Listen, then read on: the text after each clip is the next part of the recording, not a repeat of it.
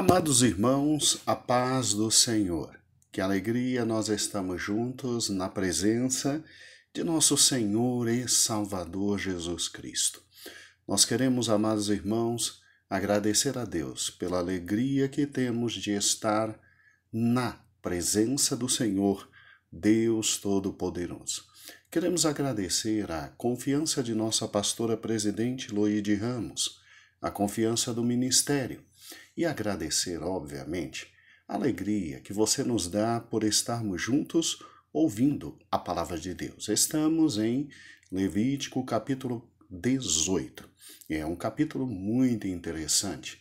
E depois de vermos exatamente do versículo 1 até o versículo 12, nós vimos que Deus literalmente proíbe as relações sexuais entre parentes absolutamente próximos, não é? Entre parentes próximos. Ou seja, Deus trata sobre o incesto, E aí, obviamente, a palavra de Deus diz: não desonre seu pai, envolvendo-se sexualmente com sua mãe. Ela é sua mãe. Não se envolva sexualmente com ela. Versículo 8. Não se envolva sexualmente com a mulher do seu pai. Isso desonraria o seu pai. Versículo 9.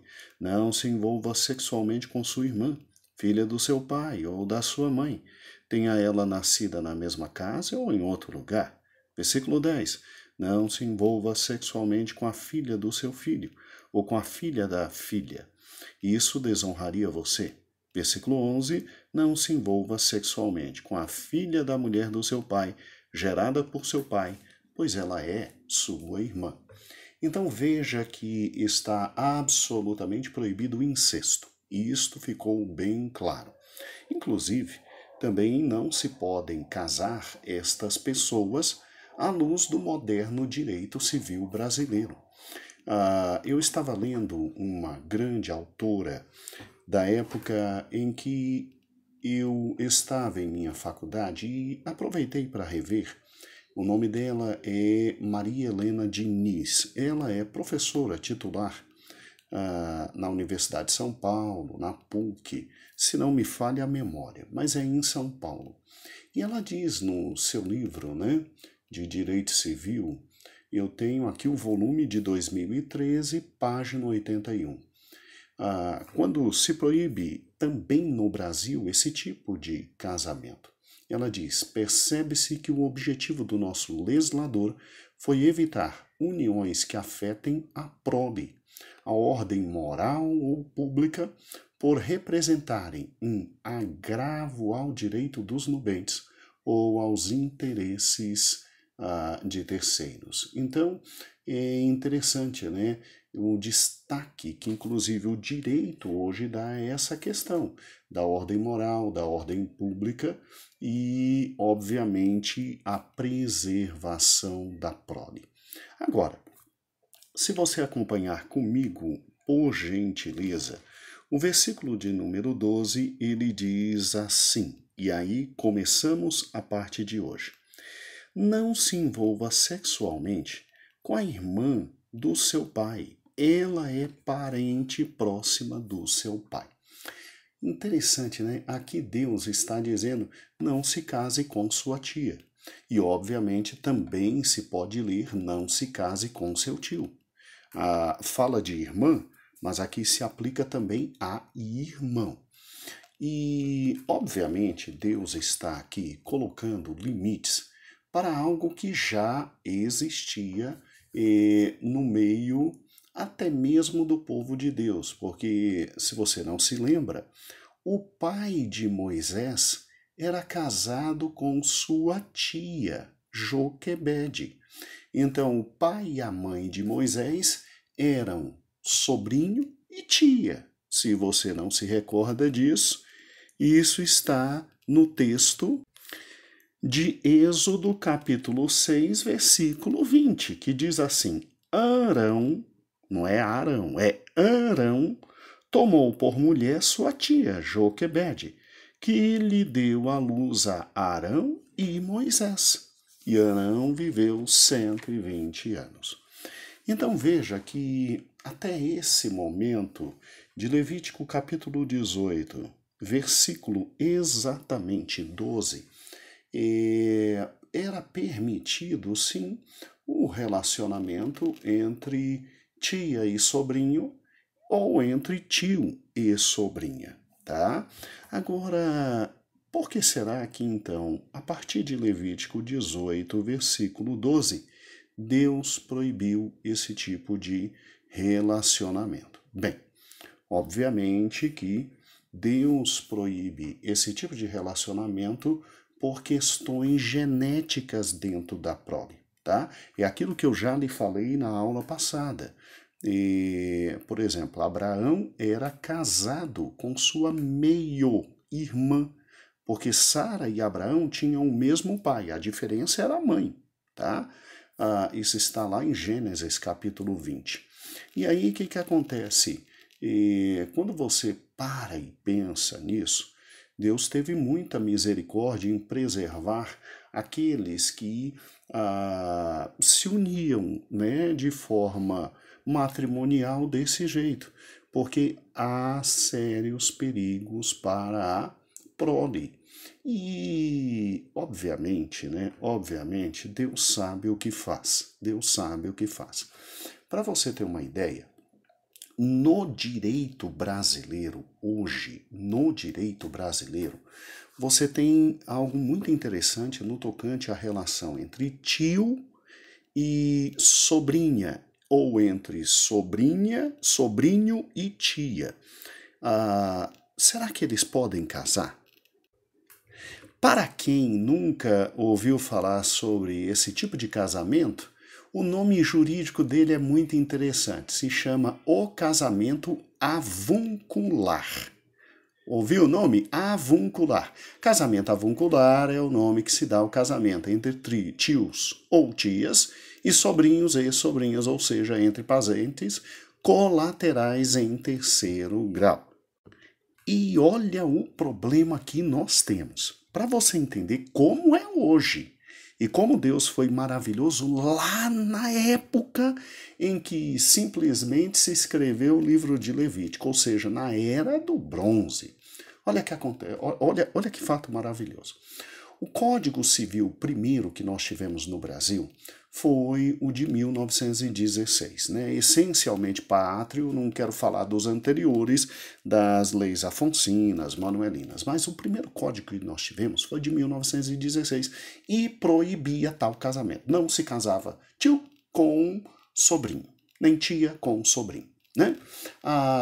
Agora, em 1941 foi sancionado um decreto-lei chamado Decreto-Lei 3.200 de 41, que permitia tal casamento. Permitia tal casamento e é óbvio, desde que fizesse exame médico para ver se não havia problemas entre o quê? Entre os dois no tocante à questão genética. E aí, obviamente, né, os nubentes tinham que ir a um juiz, fazer o pedido, ter autorização judicial, juntando o atestado de 2 médicos com a reconhecida capacidade, dizendo que eles não tinham problemas em casar, não ia ter problemas com a prole, de nascer de forma mal formada e etc. Né? Aí tudo bem, ficou permitido. O grande problema hoje é o seguinte, é que o novo Código Civil, lá no artigo 1524, inciso 4º, que nós lemos ontem para você, o novo código, ele é explícito ao dizer que não pode casar os irmãos, então o irmão não pode casar com o irmão, seja unilateral ou bilateral, seja irmão porque tem o mesmo pai e a mesma mãe, bilateral, ou unilateral, ou porque só tem o mesmo pai ou a mesma mãe. E também não pode casar os colaterais até o terceiro grau. E sabe o que é um colateral até o terceiro grau? Colateral até o terceiro grau seria tio e sobrinho. Não pode casar entre si. Por isso que primos podem casar. Primos podem casar. Agora, porque são colaterais, parentes colaterais até de quarto grau. Mas até o terceiro grau não pode. Então, em regra, tio e sobrinha. A tia e sobrinho não podem casar pelo Código Civil de 2002. Aí uma briga terrível entre os doutrinadores, porque tem doutrinador que diz assim, olha, o Código Civil de 2002 não revogou o decreto de 1941, então tio e sobrinha pode casar. E tem outros que dizem, não, foi revogado sim e não pode casar, não pode casar. Eu não vou solucionar essa pendenga terrível com critérios jurídicos para os irmãos, porque a discussão entre os juristas é muito grande. Agora, eu me filio à corrente majoritária que diz que sim, atualmente é possível o casamento entre tios e sobrinhos, desde que não traga risco à vida, à saúde do novo casal, porque eu me filio à corrente que diz que simplesmente o Código Civil não revogou este decreto, tá bom? 3.241, por causa de algo que lá no mundo jurídico a gente chama de princípio da especialidade. É outra coisa, não há necessidade nenhuma de você compreender isso. Agora, tem gente que ainda diz que não pode. Mas, pastor, se o senhor se filia a essa corrente, e aí, como é que fica a palavra de Deus? Irmãos, de novo, a palavra de Deus, no tocante à interpretação dela, você tem que compreender que alguns fatos são escritos e eles valem para todo sempre. Tanto é que lá na frente, Jesus ratifica esses fatos, os apóstolos confirmam esses fatos. Agora, tem outros fatos que estão escritos, normas que estão escritos no Velho Testamento e que simplesmente não se adequam ao Novo Testamento, porque Cristo veio e refez todos os fundamentos existentes. No tocante ao casamento entre, obviamente, tio e sobrinhos, tia e sobrinhos, é óbvio que você tem a possibilidade dos problemas genéticos de má formação genética. E aí é óbvio que a medicina não estava tão avançada como hoje. Nessa época em que o texto foi escrito, não tinha nem medicina, meu amado irmão. Estava tudo embrionário, tudo no início. Então, raciocine comigo. É óbvio que Deus tinha que proibir. Óbvio que Deus tinha que proibir simplesmente esse tipo de relação sexual e qualquer possibilidade de casamento. Deus tinha que proibir, tá? Agora, hoje, com a moderna ciência, com os modernos meios de verificação, né? Eu creio perfeitamente, pastor Gedeon Júnior, você não precisa me seguir nesse ponto, que não há problema nenhum do casamento entre tios e sobrinhos, tias e sobrinhos, tá? Agora, quem quer interpretar diferente de mim, não se preocupe, pode interpretar e se quiser acreditar, não é lícito, não há possibilidade, também você tem amplos direitos para isso, tá?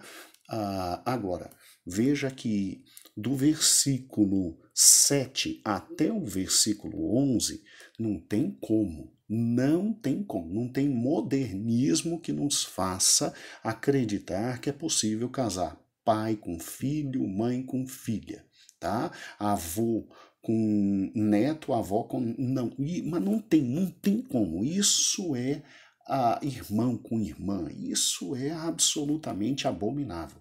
Mas tio e sobrinho já está numa distância muito grande, tal como eu creio, assim eu creio, tá? Tal como primo com prima. primo com prima, já está uma distância muito grande e literalmente não há problemas, não há problemas. Então, eu pessoalmente vejo aqui no versículo de número 12, sim, a possibilidade e sem nenhum problema moral ou ético aqui, tá bom? Por todas essas razões, tá? Hoje a medicina já provou que não há nenhum detalhe maligno, não existe aquela questão da convivência dentro da casa que geraria entre tios e sobrinhos a questão do incesto, tá? São parentes sim, mas são distantes, absolutamente distantes, e eu creio perfeitamente que Deus aqui proibiu a questão do relacionamento sexual entre tia e sobrinho, tios e sobrinhos, para evitar deformidades físicas, e hoje, tendo obviamente os exames possíveis, você, meu amado irmão, sem culpa nenhuma no coração, você pode sim casar com sua sobrinha, desde que tudo seja feito de forma correta, os devidos exames, tudo direitinho.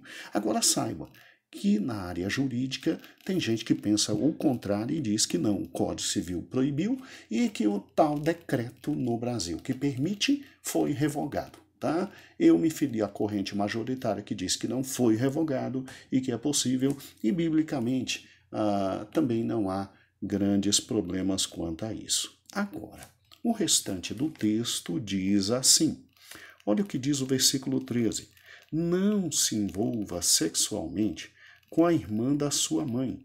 Ela é parente próxima da sua mãe. Ou seja, então, de novo, o texto está dizendo: não quero que no meio do Israel exista casamento entre tios e sobrinhas, entre sobrinhos e tias agora. Está compreendendo? Sobrinho e tia. E aí vem versículo 14. Não desonre o irmão do seu pai, aproximando-se da mulher para com ela se envolver sexualmente. Ela é sua tia, ok? Ela é sua tia. Não se envolve, tá? Aí, pelo amor de Deus, aí é o pecado. Aí é a prostituição. Você tem seu tio e sua tia, tá? Você não tá, eles são casados. Eles são casados. E aí de repente o indivíduo se envolve com uma pessoa casada, a esposa do seu tio, meu Deus do céu. Isso é prostituição. E isso se fazia muito lá no querido Egito, mas aqui não. Aqui de maneira alguma no meio do povo de Deus, tá? E aí vem o versículo 17. Não se envolva sexualmente com a mulher e sua filha. Não se envolva sexualmente com a filha do seu filho ou com a filha da sua filha. São parentes próximos, é perversidade. É perversidade.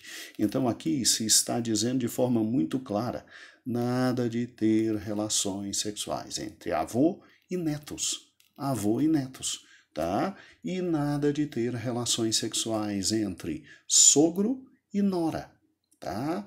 Entre genro e sogra. Não, não, não. É perversidade em absoluto, tá? E aí, versículo 19 vem: não se aproxime de uma mulher para se envolver sexualmente com ela quando ela estiver na impureza da sua menstruação. Olha que interessante. Aqui Deus está dizendo: olha, eu não quero que se tenha cópulas na época que a pobre da esposa ela está menstruada. Por quê? Porque isso não se faz com uma pobre mulher. Tá? Isso não se faz. A pobre está inchada, a pobre está arrebentada, a pobre está passando mal, a pobre está com cólicas terríveis e você, maluco, desejando o ato sexual, não é para ter. Não é para ter. Tá bom?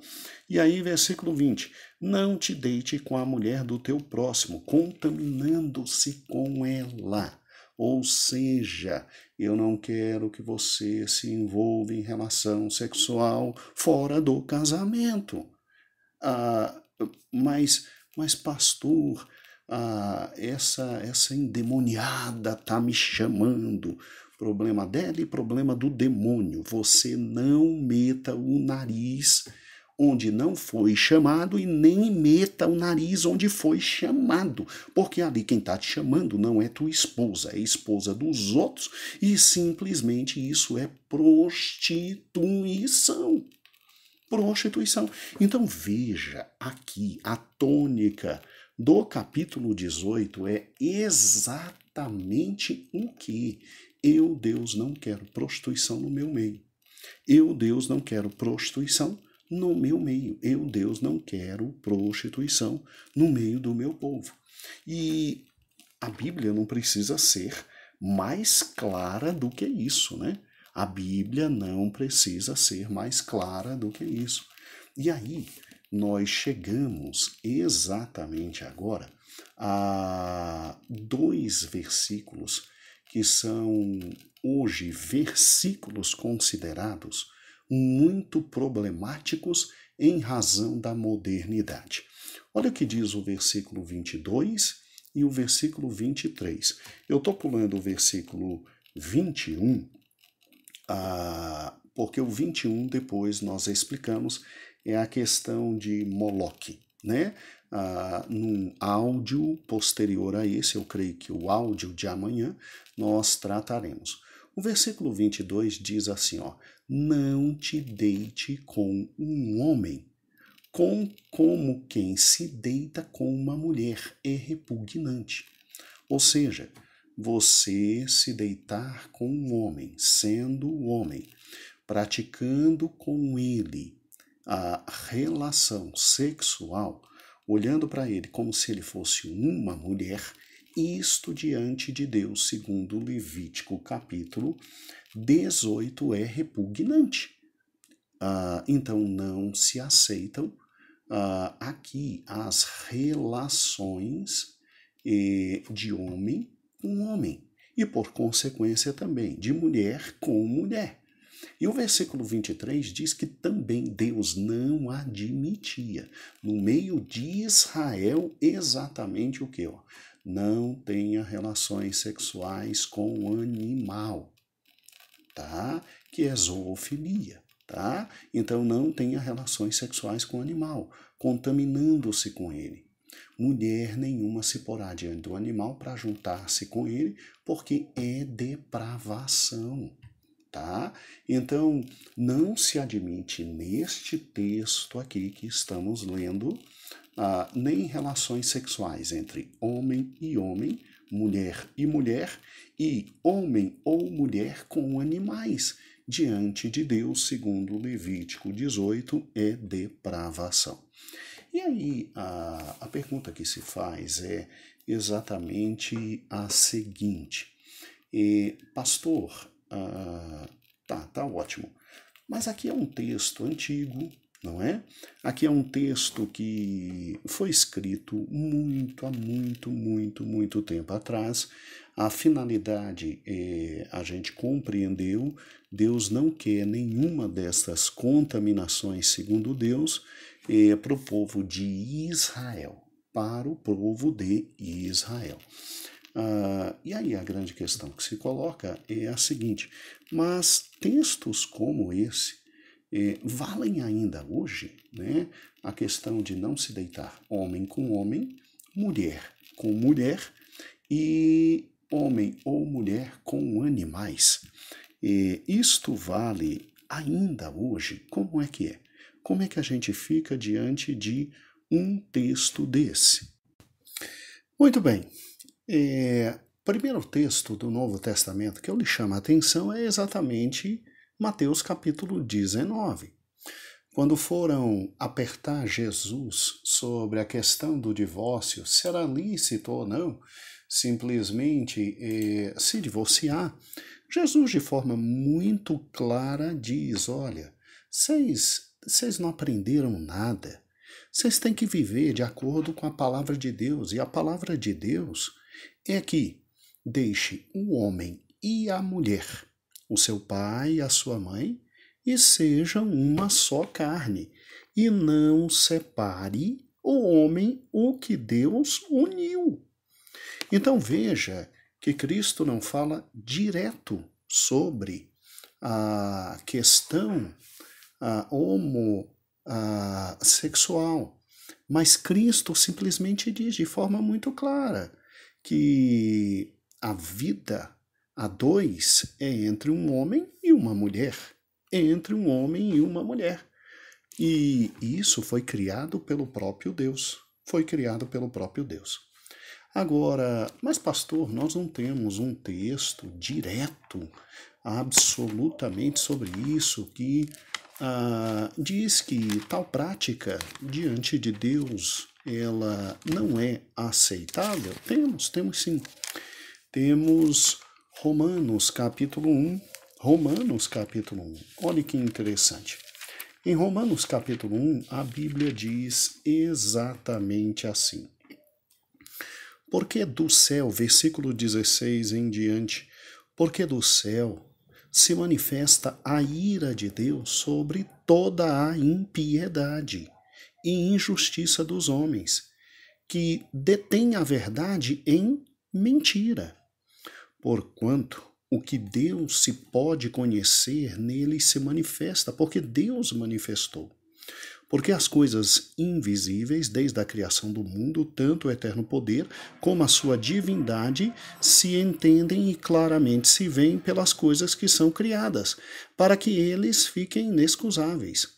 Portanto, tendo conhecido Deus, não o glorificaram como Deus e nem lhe deram graças, antes em seus discursos se desvaneceram e seu coração insensato se obscureceu. Se dizendo sábios, tornaram-se loucos e mudaram a glória de Deus incorruptível em semelhança à imagem de homem corruptível, de aves, quadrúpedes, de répteis. Pelo que Deus também os entregou às concupiscências do seu coração, a imundícia, para desonrarem o corpo entre si. Olha o versículo 25. Pois mudaram a verdade de Deus em mentira, e honraram e serviram mais a criatura que o Criador. Olha o 26. Pelo que Deus os abandonou a paixões infames. E o que são essas paixões infames?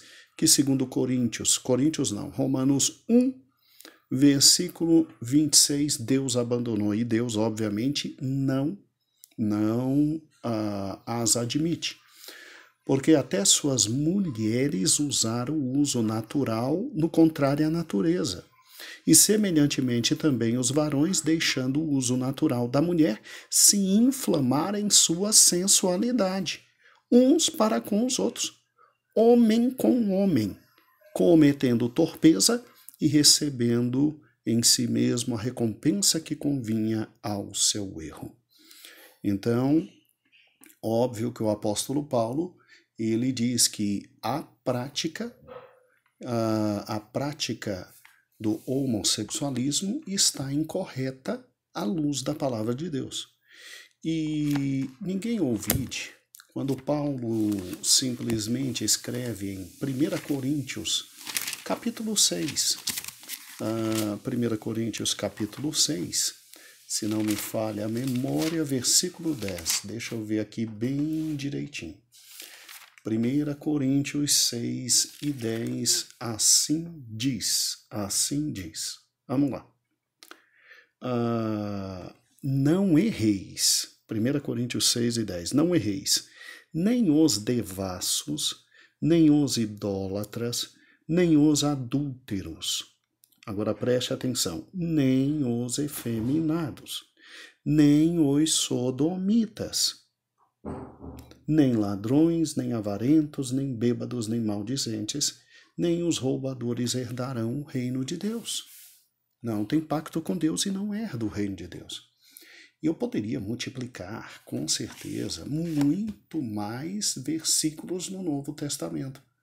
Então o Senhor condena a prática de um homem se deitar com outro homem e de uma mulher se deitar com outra mulher.